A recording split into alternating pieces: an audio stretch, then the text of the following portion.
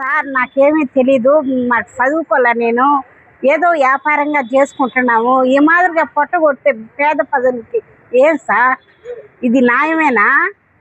మీకు మీ కుటుంబరాలకి న్యాయమేనా? పేద ప్రజలు నోళ్ళు కొట్టడం ఇది సంస్కారమేనా? మీరేం సార్ మాకు చదువు రాదు, ఏమి రాదు. ఏదో పిల్లకాయలు మేము చదివించుకొని మేము జీవనం సాగించుకుంటామంటే ఈ మాదిరిగా చెప్పా పట్టకుండా అట్లా చేయటం తప్పుగా సార్. ఇదేం సార్ న్యాయమేనా మీకు? మాకు ఏమీ జీవనం లేదు. ఇప్పుడు మేము అక్కడనే పెట్టుకోవాలని మిమ్మల్ని అందరినీ ఆశీర్వదిస్తున్నాము. మాకు అక్కడనే పెట్టి జూ పార్క్ కాడ అక్కడనే పెట్టుకొని ఆ రోడ్లో పెట్టుకొని ఏదో మాకు చదువు రాదు, ఏమి రాదు. ఇదే జీవనం సార్. మాకు బిడ్డలు ఉన్నారు, మాకు చిన్న చిన్న బిడ్డలు ఉన్నారు. మేము చదివించుకోవాలా పిల్లలు. మాది ఏదో మేము బతుకు తీరు కోసం పెట్టుకున్నాం సార్.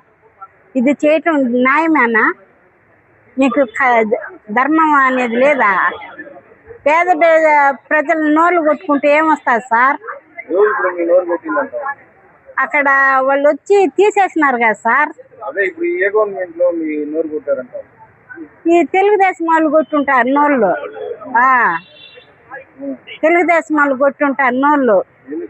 ఏమో సార్, నాకు పింఛన్ కానీ రాదు. నా భర్త చచ్చిపోయినాడు.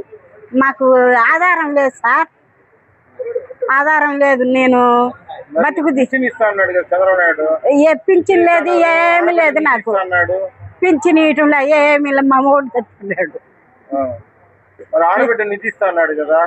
ఏమి లేదు సార్, నాకేమి ఇయటంలే.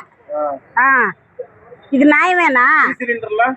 ఏమి పీసీ ఇంట్లో ఏమి ఇయటంలే, ఏమి జరపటంలే. ఆయనేమి ఏం లేదు.